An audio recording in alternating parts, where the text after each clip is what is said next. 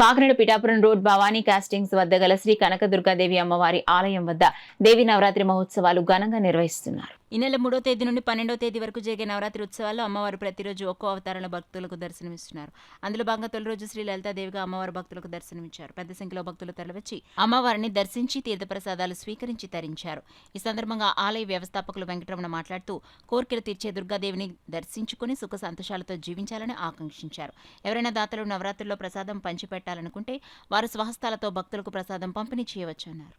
భక్తులకి ఆయురారోగ్యాలు కలిగేసి అష్టౌచర్యాలు కలిగేసి కలిగి ఇవాళ పాడిపట్టిన భక్తులు అందరూ సంతోషంగా ఉండాలని ఈ శరణరాత్రులు అమ్మవారు ఈ ఉత్సవం అలా జరిపించుకుని చేస్తుంది.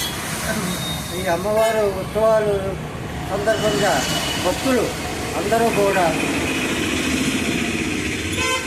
అనుకున్న కోరికలు ఆయురారోగ్యాలు కలిగేయాలని నేను కోరి ప్రార్థిస్తున్నాను.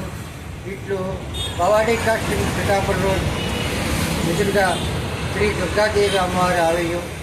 భక్తులు ఎవరైనా సరే ఈ 9 రోజులు ప్రసాదం వండి 10 మంది భక్తులకి ఇక్కడ అమృతత్వాలతో పంచిపెట్టమని నేను కోరి ప్రార్థిస్తున్నాను. ఇది భక్తులు అమ్మవారు ఏ కోరిక కావాలన్నా అమ్మవారు తీసుకున్నది.